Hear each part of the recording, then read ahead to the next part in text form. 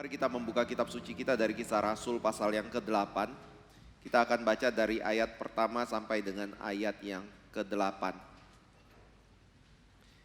Kisah Rasul pasal yang ke-8 ayat 1b sampai dengan ayat yang ke-8. Penganiayaan terhadap jemaat di Yerusalem. Pada waktu itu mulailah penganiayaan yang hebat terhadap jemaat di Yerusalem. Mereka semua kecuali rasul-rasul tersebar ke seluruh daerah Yudea dan Samaria. Orang-orang saleh menguburkan mayat Stefanus serta meratapinya dengan sangat. Tetapi Saulus berusaha membinasakan jemaat itu dan ia memasuki rumah demi rumah dan menyeret laki-laki dan perempuan keluar dan menyerahkan mereka untuk dimasukkan ke dalam penjara. Mereka yang tersebar itu menjelajah seluruh negeri itu sambil memberitakan Injil. Dan Filipus pergi ke suatu kota di Samaria dan memberitakan Mesias kepada orang-orang di situ. Ketika orang banyak itu mendengar pemberitaan Filipus dan melihat tanda-tanda yang diadakannya, mereka semua dengan bulat hati menerima apa yang diberitakannya itu. Sebab dari banyak orang yang kerasukan roh jahat, keluarlah roh-roh itu sambil berseru dengan suara keras, dan banyak juga orang lumpuh dan orang timpang yang disembuhkan. Maka sangatlah besar sukacita dalam kota itu. Mari kita berdoa. Kami kembali berdoa, mohon Kau boleh menyertai kami di dalam pemberitaan firman pagi hari ini Bapa. Sertai kami, pikiran dan hati kami. Siapan kami untuk menerima firman dan juga konsentrasi untuk boleh mendengar serta pikiran dan hati yang boleh dimengertikan akan pemberitaan firman. Pimpin hamba-Mu sekali lagi ya Bapa di dalam menyampaikan firman pada pagi hari ini. Dalam nama Tuhan Yesus yaitu Tuhan dan Juru Selamat kami yang hidup, kami telah berdoa. Amin. Bapak Ibu Saudara yang kasih Tuhan, kita masuk ke dalam suatu bagian yang menceritakan penganiayaan yang terjadi di dalam gereja mula-mula dan apa yang kemudian terjadi setelah penganiayaan itu terjadi atau apa yang dialami oleh gereja pada waktu penganiayaan itu terjadi. Dan apa yang menjadi pencetus dari penganiayaan itu, memang kalau kita perhatikan mulai dari Kisah Rasul sebelumnya, maka kita melihat bahwa gereja sebenarnya sudah mengalami penganiayaan itu. Walaupun secara intensitas penganiayaan tidak sebesar yang dialami di dalam Kisah Rasul pasal 8 ini. Bapak Ibu Saudara bisa melihat pada waktu Petrus dan Yohanes berkhotbah di bait Allah.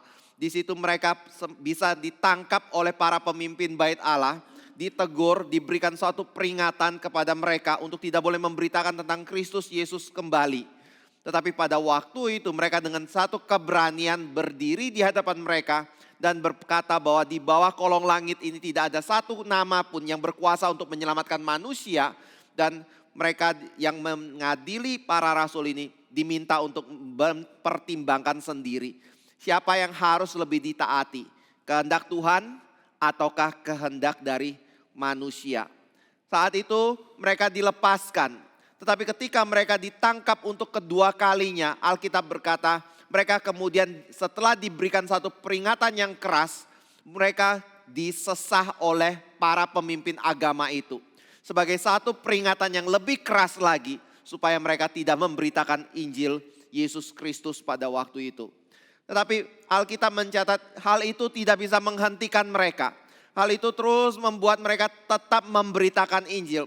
Sampai satu waktu ketika Stefanus muncul dan Stefanus memberitakan Injil di hadapan para mahkamah agama dan di hadapan para orang-orang Yahudi yang berasal dari kelompok Yahudi Helenis atau orang-orang Yahudi yang dari luar atau lahir di luar dari Yerusalem atau campuran seperti itu.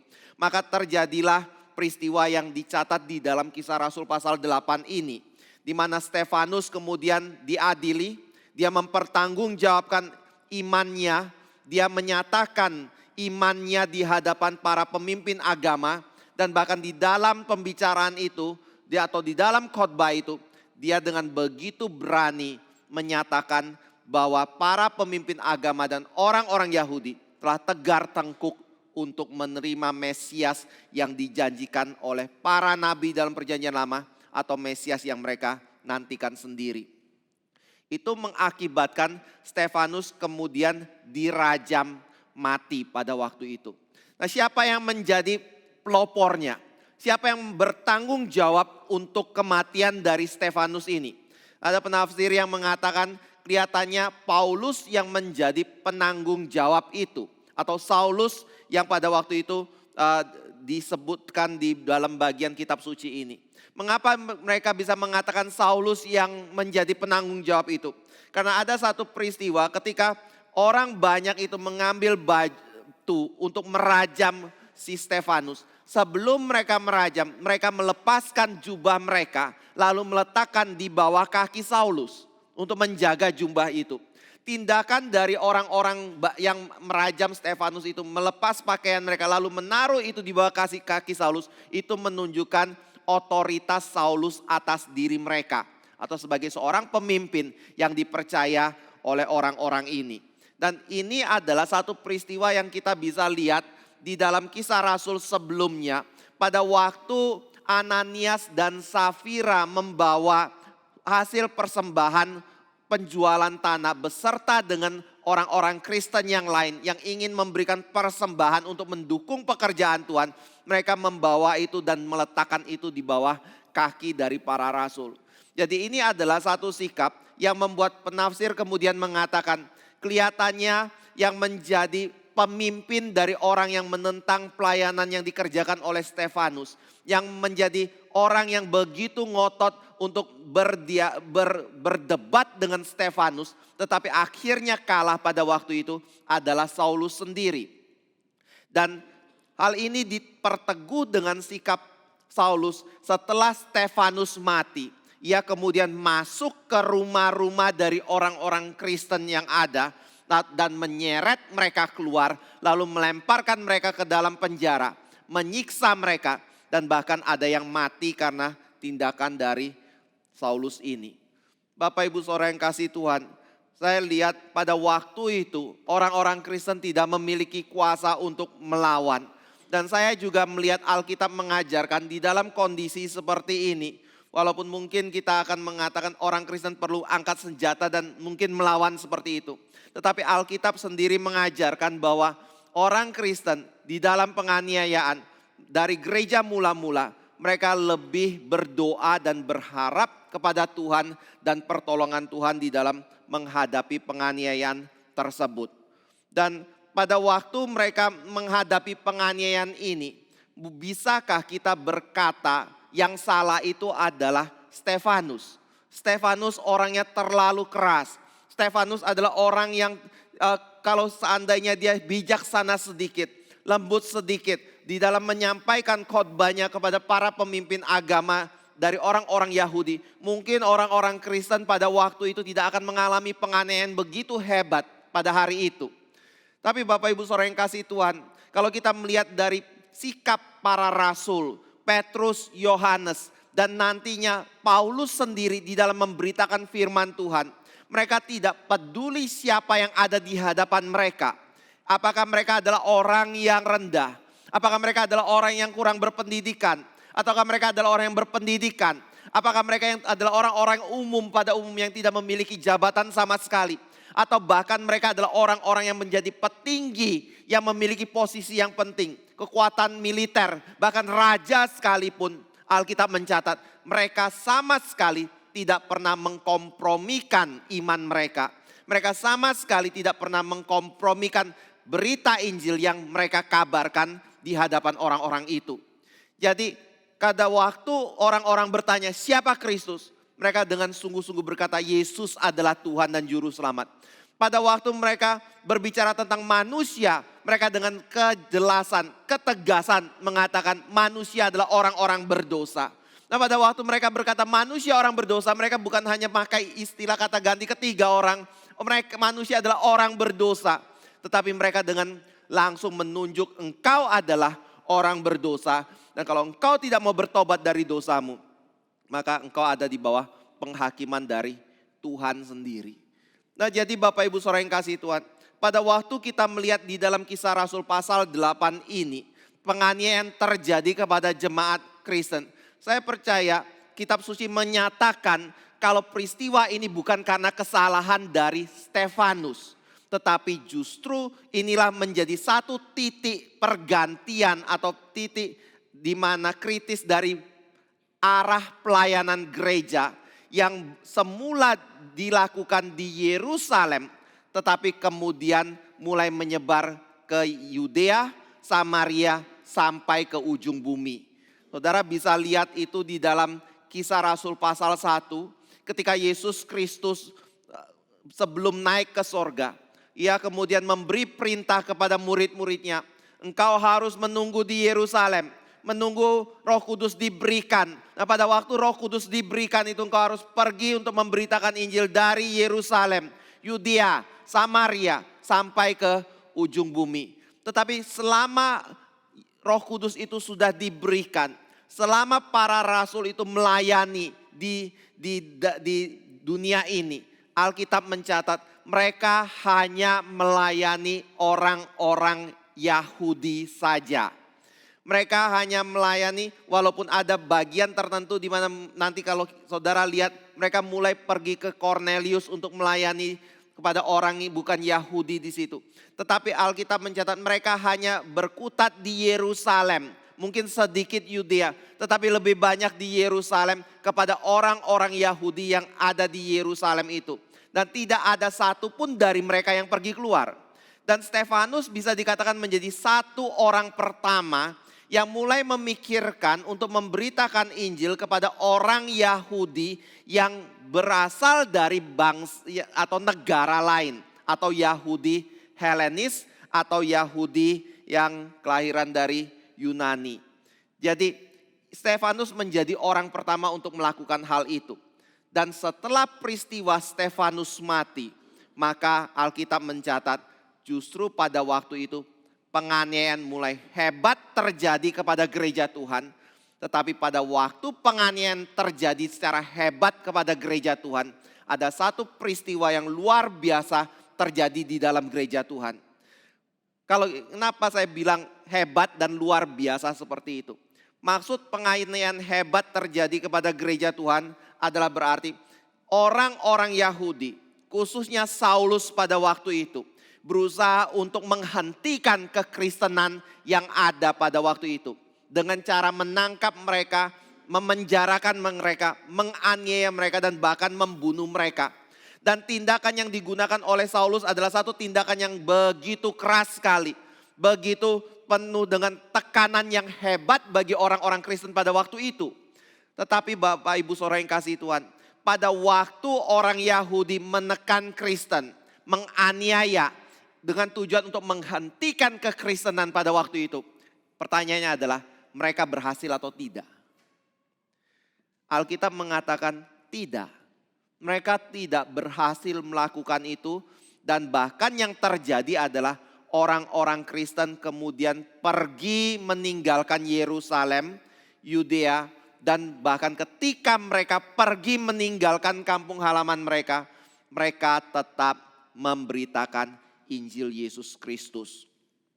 Makanya di dalam bagian ini ada satu contoh dari orang yang melakukan pengabaran Injil ini, yaitu Filipus sendiri.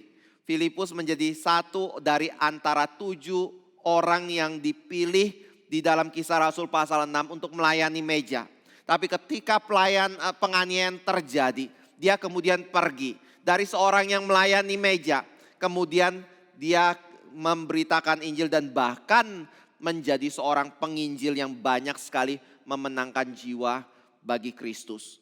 Ada yang mengatakan inilah salah satu bukti orang yang setia di dalam perkara kecil, dia akan dipercayakan dengan perkara yang lebih besar.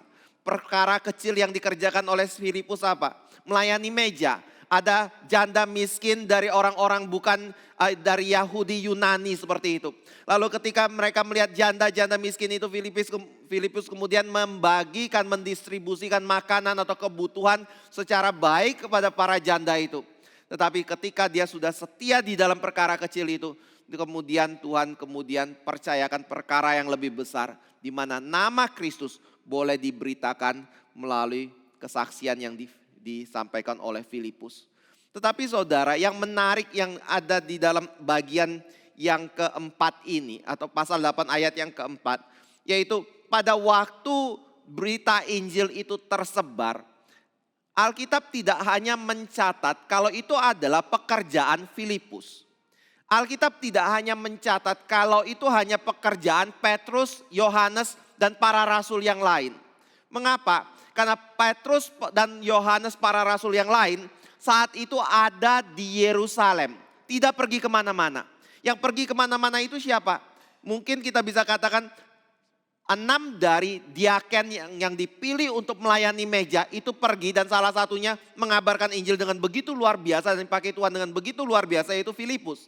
Tetapi saudara, yang lebih menarik adalah pada waktu Alkitab mencatat ayat 4, Alkitab bukan secara spesifik mengatakan ini pekerjaan Filipus sendiri atau 6 diaken itu sendiri. Tetapi yang dicatat justru adalah mereka.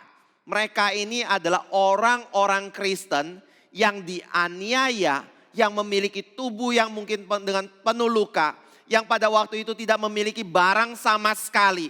Karena mereka harus pergi melarikan diri untuk menyelamatkan nyawanya, dan meninggalkan seluruh harta mereka di Yerusalem ke tempat-tempat yang lain. Mereka inilah yang kemudian memberitakan Injil Tuhan. Jadi maksudnya adalah pada waktu kita kembali ke dalam gereja mula-mula, kita akan melihat ada satu prinsip yang terus dinyatakan di dalam Kisah Para Rasul, yaitu Injil memang adalah sesuatu kabar yang dipercayakan kepada para rasul pertama kalinya. Tetapi berita Injil itu ternyata tidak hanya berhenti di para rasul dan menjadi tanggung jawab dari para rasul itu sendiri untuk pergi memberitakan Injil itu. Gereja mula-mula, orang-orang Kristen yang percaya kepada Kristus, yang sungguh-sungguh diselamatkan di dalam Kristus, kemanapun mereka pergi, mereka pasti tidak bisa menutup mulut mereka untuk memberitakan Injil Kristus. Dan bahkan itu bukan di dalam kondisi yang baik, melainkan di dalam kondisi yang ada di dalam penganiayaan. Saudara, saya percaya ini adalah satu semangat yang kita perlu pelajari. Ini adalah satu kebenaran yang kitab suci bukakan bagi diri kita. Alkitab mengatakan bahwa penganiayaan ternyata tidak bisa menghentikan pemberitaan Injil. Tetapi penganiayaan itu menjadi satu alat yang Tuhan pakai untuk justru menyebarkan orang-orang Kristen ke berbagai tempat, demi supaya keberadaan orang Kristen itu bisa membuat orang-orang yang ada di daerah itu mendengarkan Injil Yesus Kristus. Ini adalah hal yang sangat luar biasa sekali.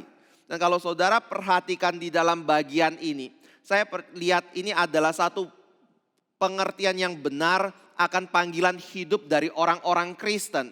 Kalau saudara perhatikan di dalam Efesus pasal 4, di situ ada kalimat seperti ini. Tuhan ketika naik ke tempat tinggi, dia memperlengkapi jemaatnya dengan ada para rasul, para nabi, ada guru, ada penginjil, ada penggembala yang ada di dalam gereja Tuhan. Dan kita lihat bahwa para rasul dan para nabi sudah tidak ada lagi, dengan kitab suci sudah selesai dituliskan.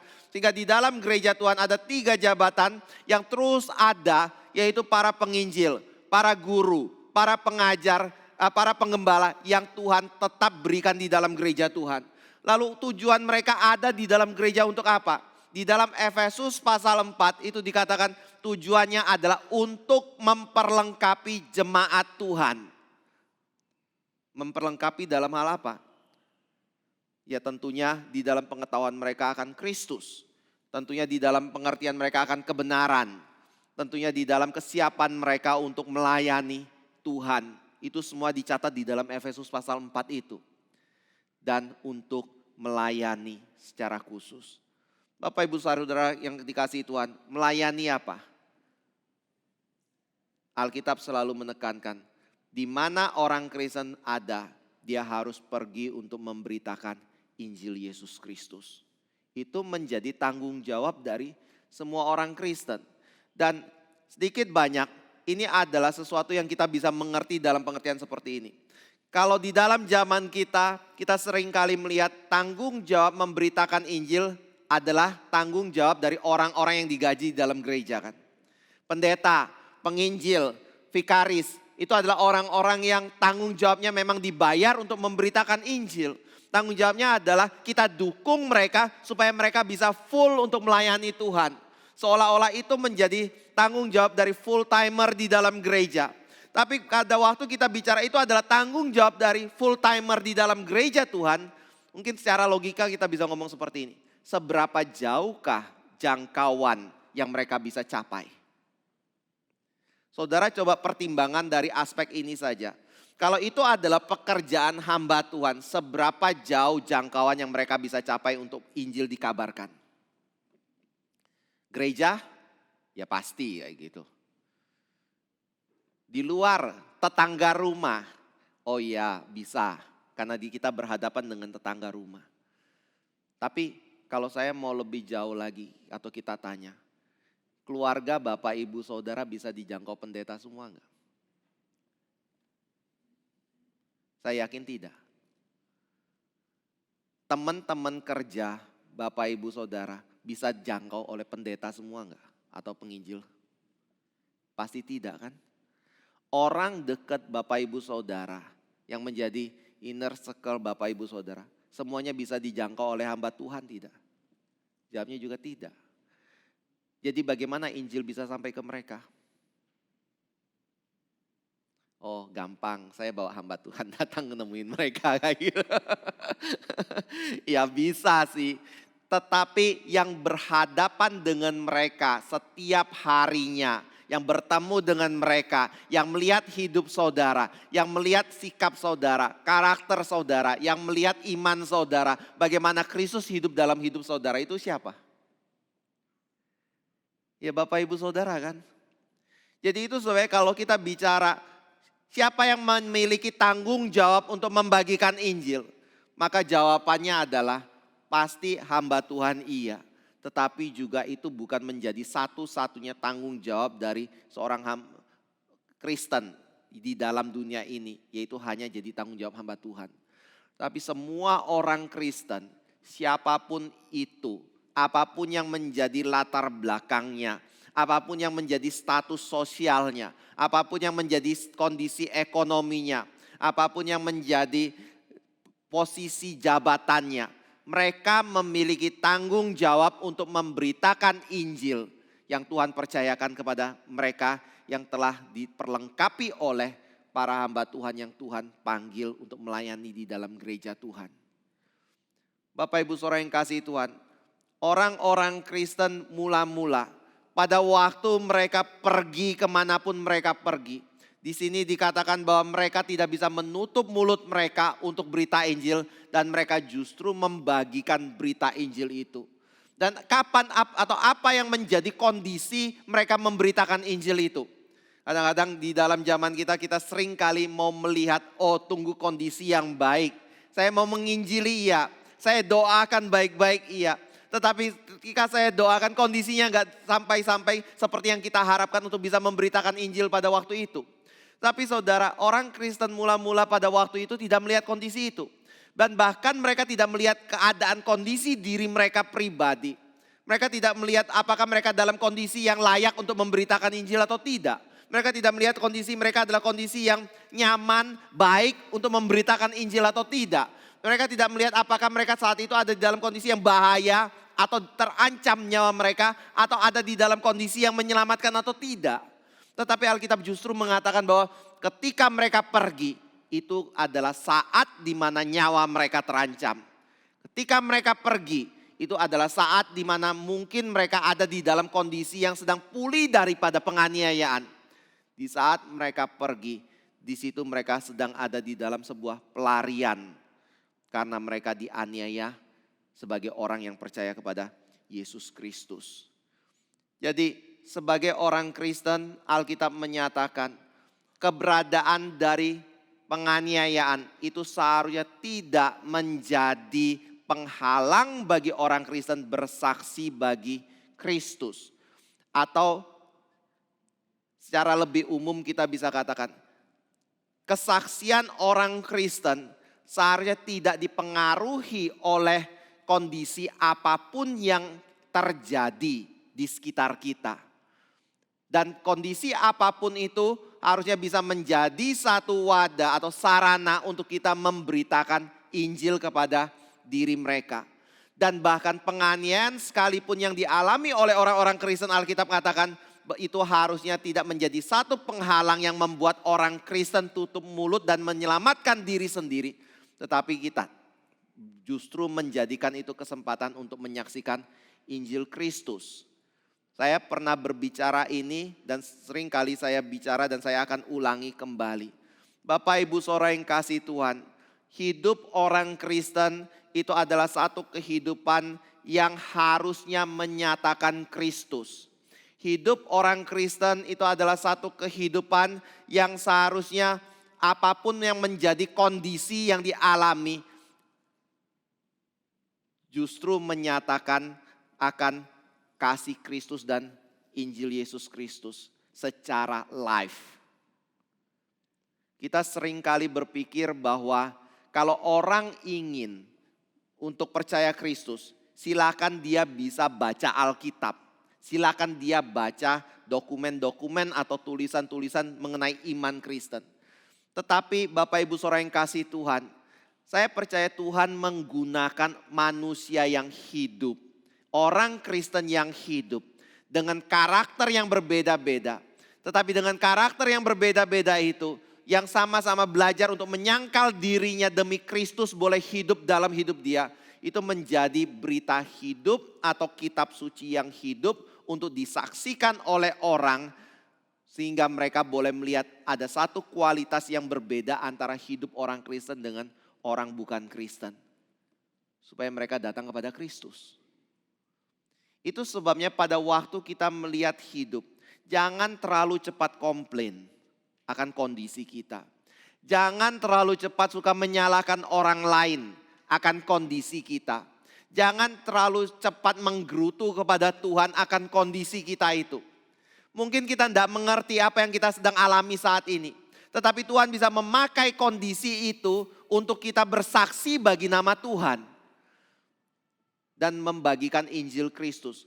Karena Tuhan justru menggunakan kondisi itu untuk lebih memunculkan iman kita kepada Kristus untuk disaksikan oleh orang lain.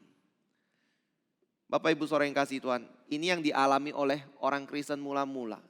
Dan pada waktu mereka pergi, apa yang mereka bagikan? Kasih Kristus. Di saat mereka dianiaya, justru kasih Kristus yang dibukakan bagi mereka. Ini adalah hal yang sangat luar biasa sekali. Nah dari sini setelah itu dikatakan Filipus menjadi salah satu contoh dari apa yang dilakukan oleh Kristen mula-mula itu. Dia pergi ke Samaria. Samaria ini tempat yang seperti apa? Kalau Bapak Ibu baca di dalam perjanjian lama, itu adalah menjadi satu wilayah yang merupakan kerajaan Israel Utara. Di mana ibu kotanya adalah Samaria itu. Dan di dalam sejarah orang-orang Israel, antara ya orang Yahudi yang ada di dalam Israel Selatan dengan Israel Utara, mereka adalah musuh bebuyutan. Mereka adalah walaupun dari garis darah Abraham, tetapi mereka saling membenci satu dengan yang lainnya. Ada beberapa sebab di situ. Awal mula mungkin mereka masih baik walaupun raja-raja Israel sebelah utara membawa orang-orang Israel sebelah utara itu menyembah berhala dan tidak pergi ke Yerusalem untuk beribadah kepada Tuhan. Tetapi yang akhirnya membuat keadaan lebih genting lagi atau lebih tajam lagi di dalam perselisihan itu adalah setelah Israel utara dibuang oleh Asyur, mereka kemudian mengalami kawin campur di dalam silsilah mereka. Dan akhirnya mereka kemudian betul-betul bersikap tidak lagi beribadah kepada Tuhan atau ada semacam ibadah yang bersifat apa itu? Saya punya ibadah lalu saya punya Allah lain, itu namanya apa? Sinkretis. Saya mencampur adukan ibadah saya dengan Allah-Allah yang lain. Tetapi saudara, kalau saudara baca kitab Ester, saudara akan menemukan ada hal yang membuat mereka lebih sakit hati lagi. Yaitu pada waktu Israel Selatan yang dibuang ke Babel kembali ke tanahnya, membangun bait Allah. Saat itu orang-orang dari Israel Utara, Samaria ingin membantu mereka. Tetapi orang-orang Yahudi Selatan yang dipimpin oleh Esra, Nehemia menghalangi mereka untuk membantu membangun bait Allah. Itu menimbulkan sakit hati yang besar dari orang Samaria dan kebencian kepada dua suku ini. Akibatnya apa?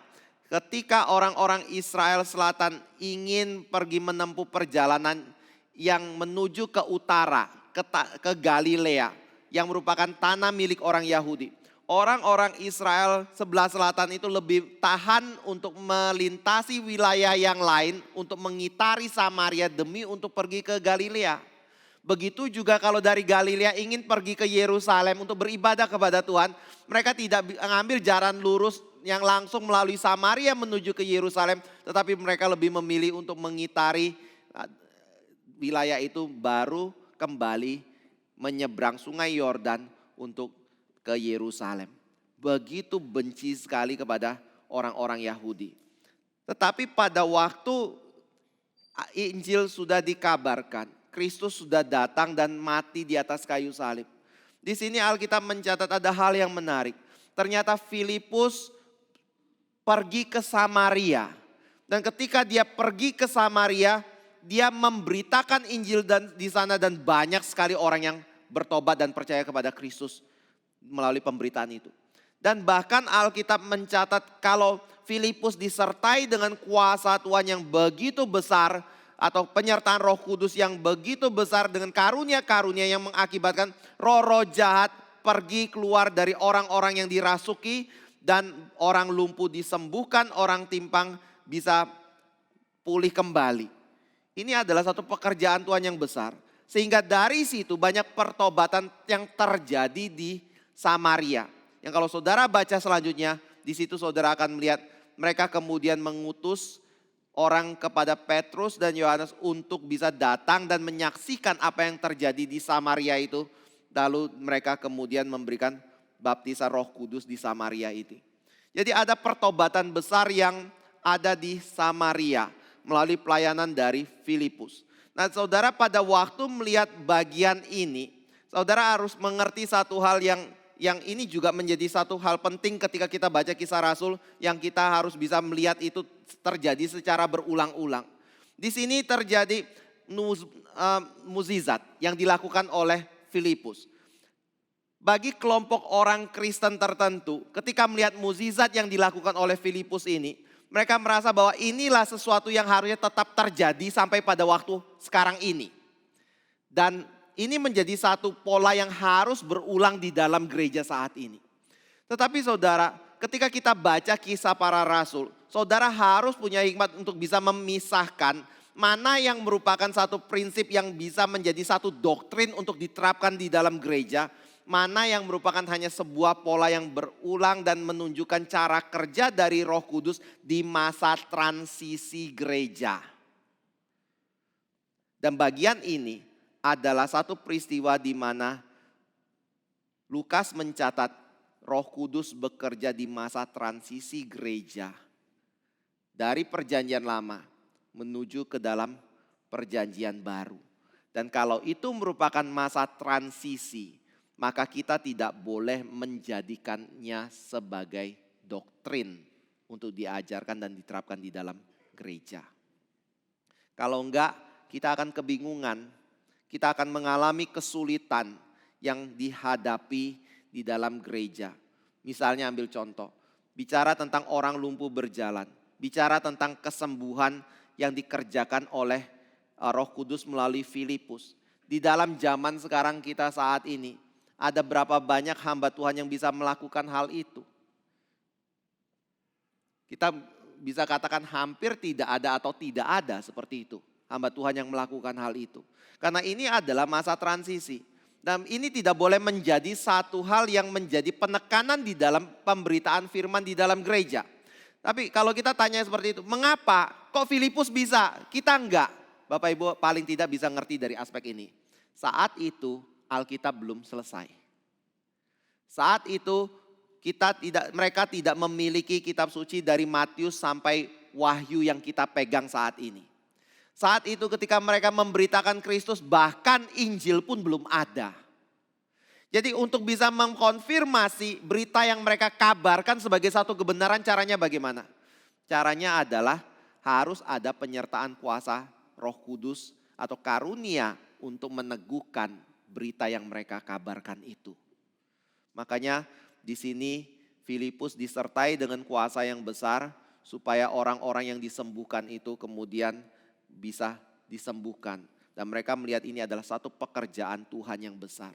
Kalau sekarang ini caranya adalah bukan dengan konfirmasi kuasa Roh Kudus, tetapi dengan satu konfirmasi bahwa apa yang dikabarkan itu setia dengan kitab suci.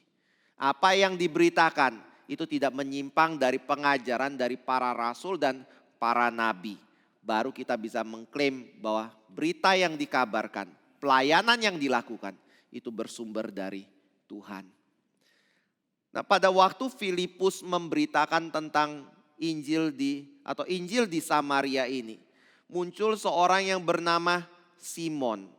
Simon itu siapa? Dia adalah orang yang sebelumnya merupakan ahli sihir dan akhirnya dikatakan juga turut memberi diri dibaptis dan percaya kepada Tuhan. Nah, saudara, apakah dia sungguh-sungguh percaya kepada Tuhan atau tidak? Ada yang menafsirkan percaya, ada yang mengatakan tidak. Dan salah satu yang mengatakan percaya itu adalah Calvin. Dan dia adalah bagian dari orang minoritas yang mengaku bahwa Simon ini sungguh-sungguh percaya kepada Tuhan.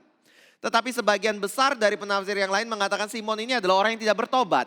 Baptisan yang dia terima itu bukan menjadi satu bukti bahwa dia sudah percaya kepada Yesus Kristus. Karena si Petrus pada waktu ingin disogok uang oleh Simon untuk mendapatkan kuasa Roh Kudus yang dinyatakan oleh Paulus pada waktu itu, oleh si Petrus pada waktu itu, berkata kepada Simon kalau hatinya itu dikuasai oleh setan, hatinya itu gelap sekali, dan kalau engkau tidak berdoa, bertobat, maka engkau akan binasa.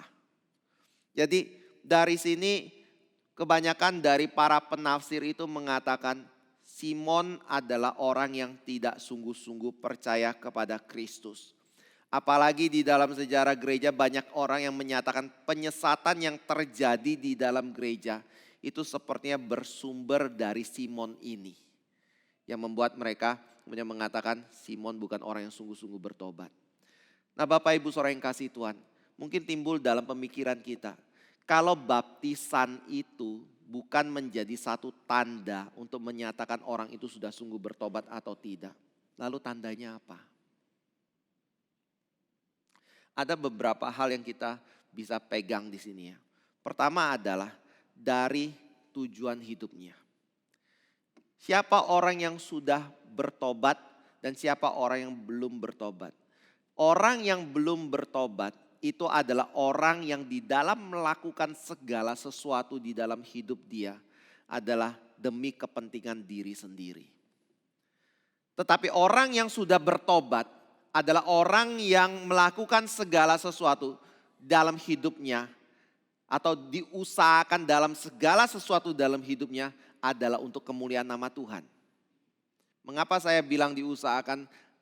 Karena kita bukan orang yang sudah sempurna di dalam kebenaran dan di dalam kekudusan. Kita masih bisa jatuh di dalam dosa. Dan kalau kita masih bisa jatuh di dalam dosa, itu berarti kadang kala atau mungkin sering kali hidup kita di dalam apapun yang kita lakukan bukan ditujukan untuk kemuliaan Tuhan. Tetapi bisa jadi untuk kepentingan dari diri kita sendiri.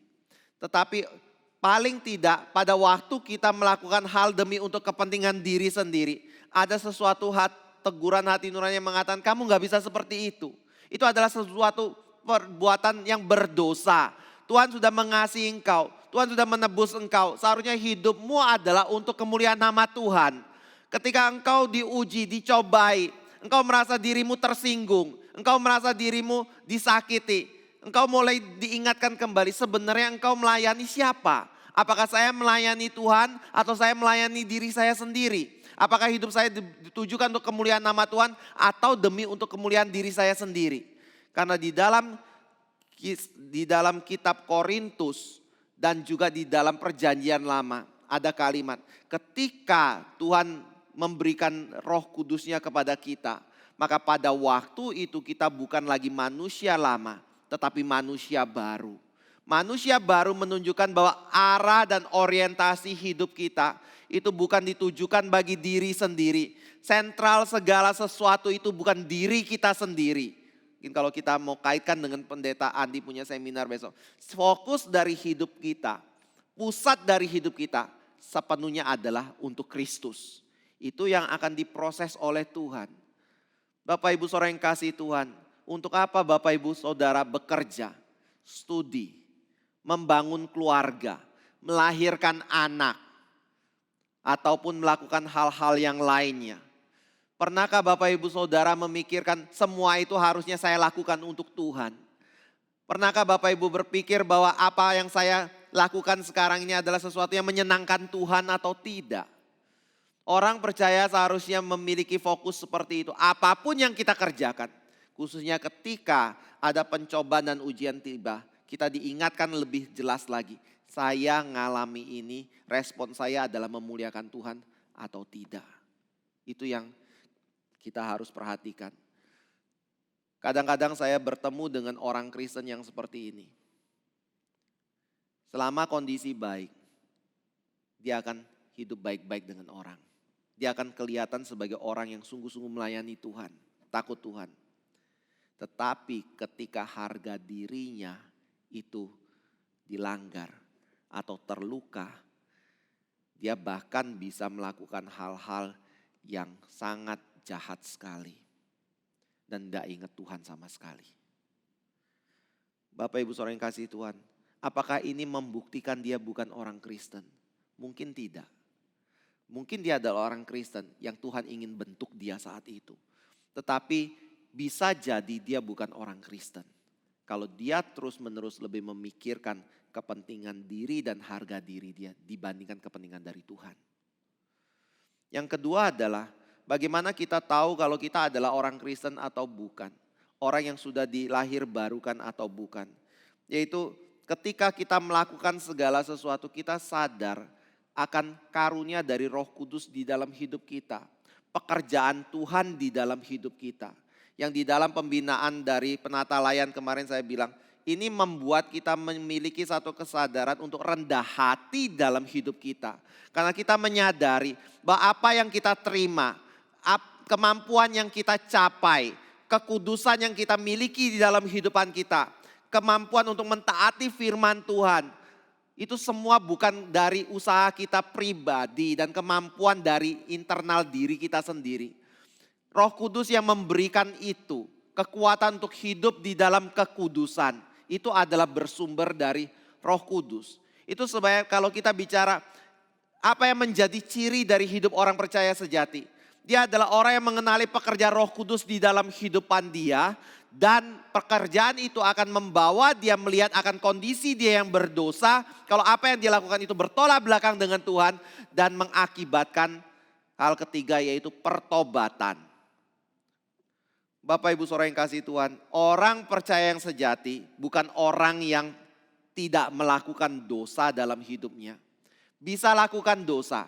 Tapi ketika dia lakukan dosa, dia sadar ini mendukakan hati Tuhan.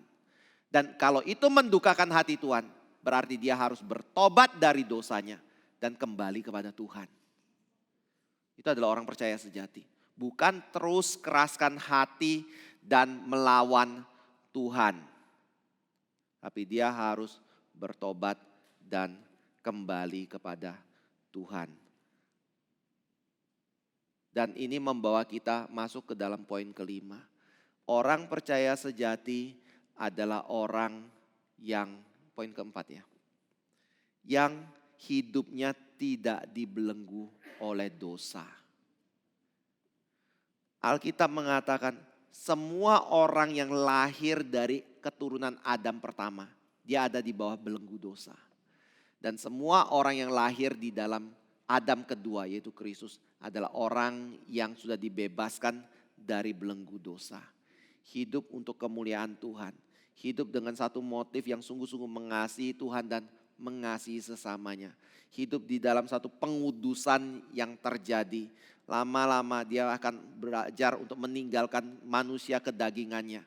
Dosanya, hidup di dalam kesucian karena dia tahu Tuhan itu suci dan Roh Kudus yang diberikan untuk tinggal di dalam diri dia adalah roh yang suci. Bapak Ibu Saudara yang kasih Tuhan, ini yang menjadi ciri.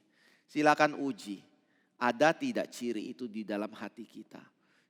Kalau mau ditambah mungkin bisa ditambah satu lagi. Kasih kepada jiwa yang belum pernah mendengarkan Injil. Membagikan Injil Kristus. Filipus pergi ke Samaria untuk apa? Memberitakan Injil. Melarikan diri dari penganiayaan mungkin. Tetapi dia tahu di mana orang Kristen berada. Di situ Injil harus dikabarkan. Dan kiranya Tuhan boleh memberkati kita. Bapak Ibu ada di mana? Injil bukan cuma dimunculkan dalam gereja. Tetapi Injil dimunculkan di mana Bapak Ibu berada di luar dari gereja. Kalau tidak heran banyak orang berkata di gereja orang-orang Kristen jadi malaikat. Pulang dari gereja orang Kristen jadi setan semua. Bapak Ibu Saudara kasih Tuhan, itu bukan kita ya. Anak Tuhan yang sejati di gereja malaikat, di rumah malaikat, di tempat kerja malaikat, di tempat rekreasi dan pertemanan juga malaikat. Itu adalah orang Kristen. Amin. Amin ya. Mari kita masuk dalam doa ya. Kami kembali bersyukur Bapa untuk firman-Mu, untuk kebenaran yang boleh Engkau bukakan. Untuk pengertian yang boleh Engkau limpahkan dalam hati kami. Khususnya kehidupan kami sebagai orang percaya yang telah menerima penebusan dari Yesus Kristus dan panggilan untuk hidup memberitakan Injil. Kiranya semua kebenaran kitab suci boleh menjadi sesuatu yang kami hidupi. Kebenaran yang kami jalani. Bukan justru melindungi diri kami dan memproteksi diri untuk keamanan diri kami pribadi. Tapi biarlah kami boleh melihat arah hidup kami, penekanan hidup kami. Tujuan hidup kami semuanya adalah untuk kemuliaan nama Tuhan. Kiranya Engkau boleh berkati anak-anak-Mu yang berbakti pada hari ini ya Tuhan. Dan kiranya semuanya boleh dikembalikan bagi nama Tuhan. Dalam nama Tuhan Yesus yaitu Tuhan dan Juru Selamat kami yang hidup kami telah berdoa. Amin.